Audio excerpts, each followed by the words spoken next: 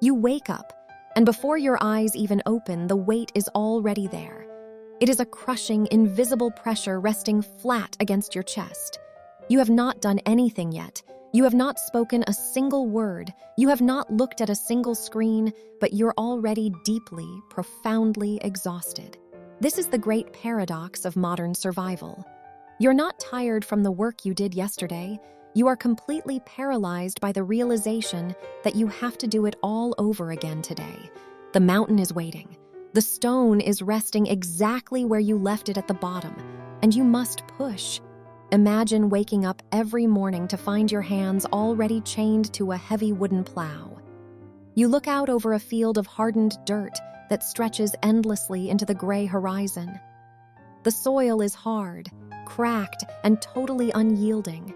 You grip the iron handles, the heavy chains bite deeply into your collarbones, and you carve a straight line through the earth all day long, only to wake up the next morning and find the field completely smooth again. The wind has blown the dirt back. The grooves are erased. Nothing has changed. This is exactly what is happening inside your mind when you face the endless repetition of daily life. Your brain operates on a strict economy of dopamine. It is an ancient survival mechanism that expects a neurochemical reward for physical or mental caloric expenditure.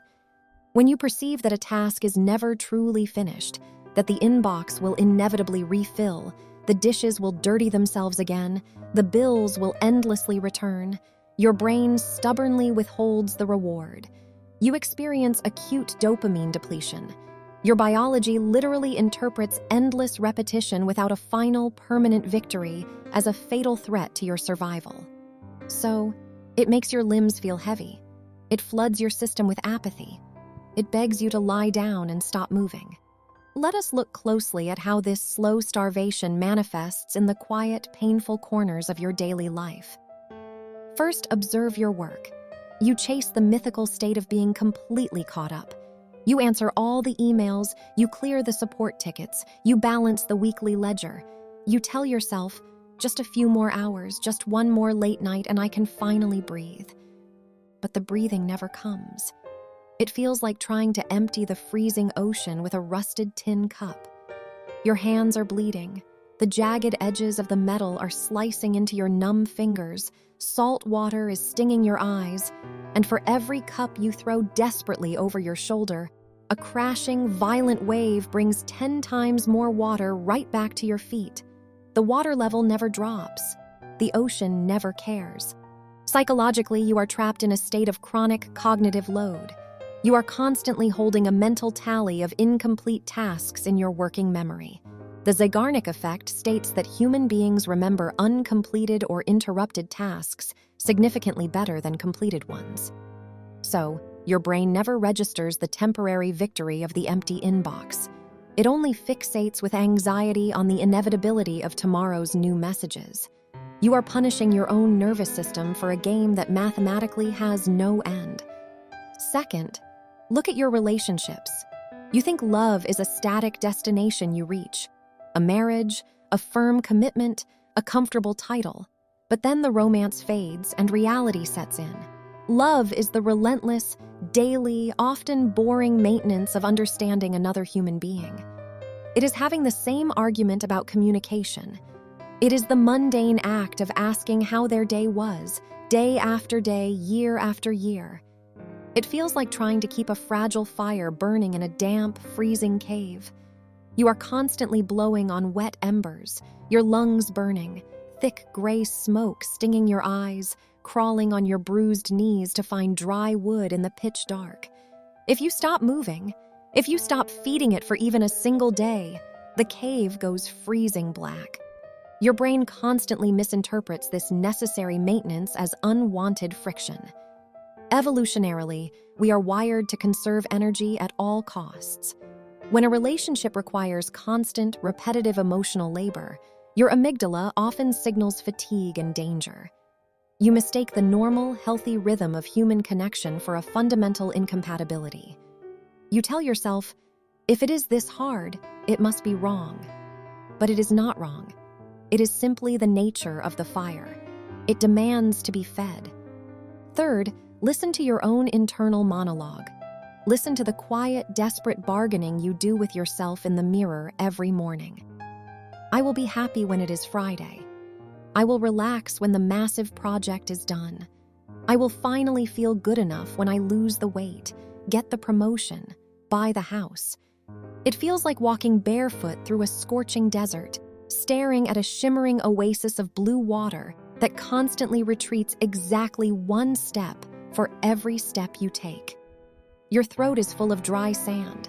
The blazing sun is blistering the skin on your neck.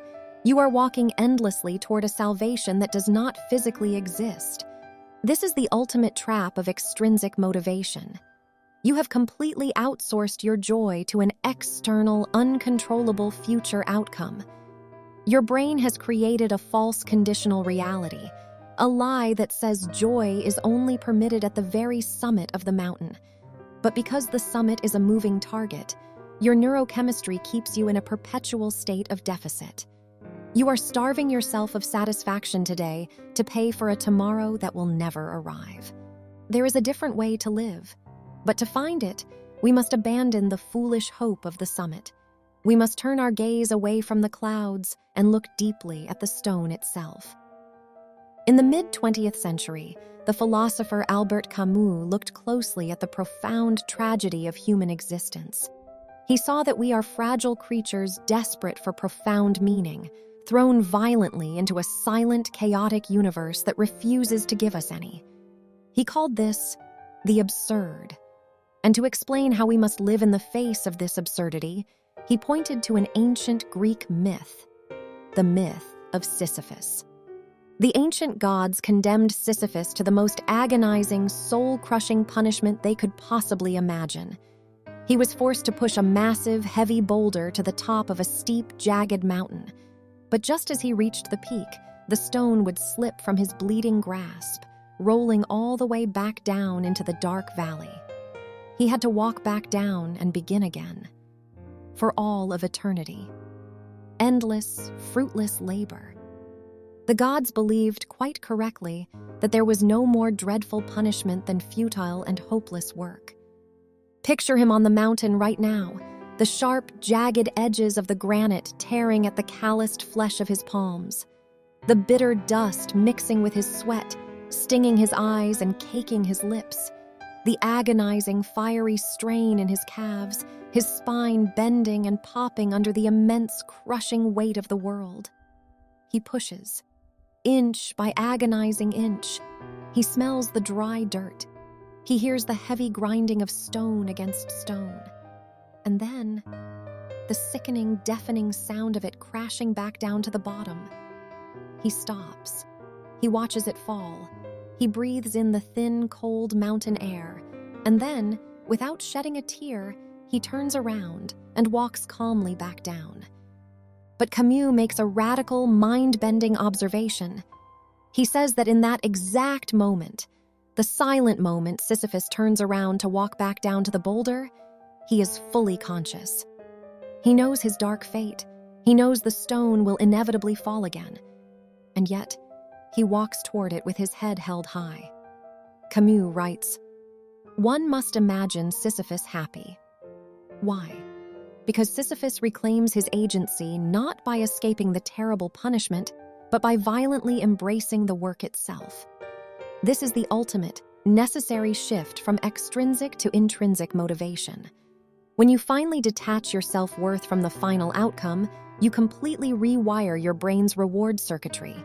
You no longer wait for the summit to release the dopamine. You train your nervous system to release it during the agonizing exertion. The sheer act of pushing becomes the victory itself. Loving the process, in a world obsessed with endings and shortcuts, is the ultimate rebellion. Slow is smooth, and smooth is fast. When you stop rushing frantically toward a finish line that does not exist, you suddenly have infinite endurance. You become unbreakable. You cannot escape the endless repetition of your life. The dishes will need washing tonight. The emails will need answering tomorrow morning. The heavy stone will always roll back down the hill. So today, I want you to perform a very quiet, very deliberate act of rebellion. Pick one daily, mundane, repetitive task that you absolutely hate doing. Folding the laundry, sweeping the kitchen floor, entering boring data into a spreadsheet. As you approach the task, your brain will scream at you. It will flood your system with cortisol. It will tell you this is a miserable waste of time, that you are far beneath this meaningless labor, that you should rush through it as fast as possible to get to the good part of your day. It will try desperately to make you miserable. Ignore the voice. Place your hands on the warm laundry, feel the soft texture of the fabric against your skin, smell the clean cotton, move your hands deliberately, slowly, smoothly. And as you fold the very first shirt, smile. Smile not because the task is incredibly fun. Smile because you are fully awake. Smile because you clearly recognize the absurdity of the repetition, and you are choosing to be present anyway. You are stripping the mundane task of its power to make you miserable. You are reclaiming the boring moments of your life. You are pushing the heavy stone, and you are choosing to find immense joy in the friction. The mountain is not an obstacle in your way. The mountain is your life. There is no final glorious summit waiting to offer you eternal rest. There is only the rock, the dirt, the pushing, and the air in your burning lungs. Do not wish for a lighter burden. Wish for broader shoulders. Learn to love the heavy lifting. Stay unrushed.